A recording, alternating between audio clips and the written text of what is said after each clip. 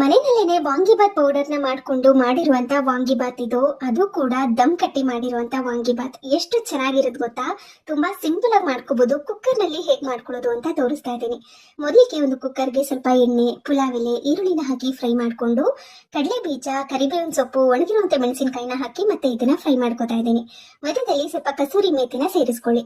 ನಂತರ ಹೆಚ್ಚಿಟ್ಕೊಂಡಿರುವಂತ ಟೊಮ್ಯಾಟೊ, ಹಸಿ ಬಟಾಣಿ, ಕಟ್ ಮಾಡಿ ಇಟ್ಕೊಂಡಿರುವಂತ ಬದನೆಕಾಯಿ, ರುಚಿಗೆ ತಕ್ಕಷ್ಟು ಉಪ್ಪನ್ನ ಸೇರಿಸಿ ಚೆನ್ನಾಗಿ ಮಿಕ್ಸ್ ಮಾಡಿಕೊಂಡು ನಂತರ ಇದಕ್ಕೆ ತುರಿದಿಟ್ಕೊಂಡಿರುವಂತಹ ಕೊಬ್ಬರಿ ತುರಿ, ಹುಣಸೆ ಹಣ್ಣಿನ ರಸ, ಬೆಲ್ಲ ಎಲ್ಲನೂ ಕೂಡ ಒಂದೇ ಸತಿ ಹಾಕಿ ಚೆನ್ನಾಗಿ ಇದನ್ನ ಮಿಕ್ಸ್ ಮಾಡ್ಕೊಂಡು ಕುದಿಸ್ಕೋಬೇಕು. 3 ಸ್ಪೂನ್ ಅಷ್ಟು ಮನೆಯಲ್ಲೇ ಮಾಡಿಟ್ಕೊಂಡಿರುವಂತಹ ವಾಂಗಿಬಾತ್ ಪುಡಿನ ಸೇರಿಸ್ಕೊತಾ ಇದ್ದೀನಿ. ನಿಮ್ಗೆ ಈ ವಾಂಗಿಬಾತ್ ಪೌಡರ್ ರೆಸಿಪಿ ಬೇಕು ಅಂದ್ರೆ ಕಮೆಂಟ್ ಮಾಡಿ ತಿಳಿಸಿ.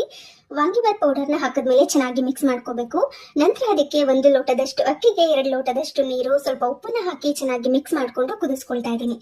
ನೀರೆಲ್ಲ ಈ ತರ ಪಂಗೋಗ್ಬೇಕು. ಅದಾದ್ಮೇಲೆ ಇದನ್ನ ಈ ತರ ಫ್ಲಾಟ್ ಮಾಡಿ 5 ನಿಮಿಷ ದಮ್ ಕಟ್ಕೊಂಡು 15 ನಿಮಿಷ ಹಾಗೇನೆ ಬಿಟ್ಟು ಅದಾದ ನಂತರ ಓಪನ್ ಮಾಡಿದ್ರೆ ಪರ್ಫೆಕ್ಟ್ ಆಗಿ ಉದ್ರುದ್ರಾಗಿ ಸೂಪರ್ ಸಾಫ್ಟ್ ಆಗಿರುವಂತ ವಾಂಗಿಬಾತ್ ರೆಡಿ ಆಗಿರುತ್ತೆ. ಚಟ್ನಿ ಜೊತೆ ಸರ್ವ್ ಮಾಡಿ ಇನ್ನ ರುಚಿಯಾಗಿರುತ್ತೆ. ಈ ತರ ಒಮ್ಮೆ ಟ್ರೈ ಮಾಡಿ ನೋಡಿ.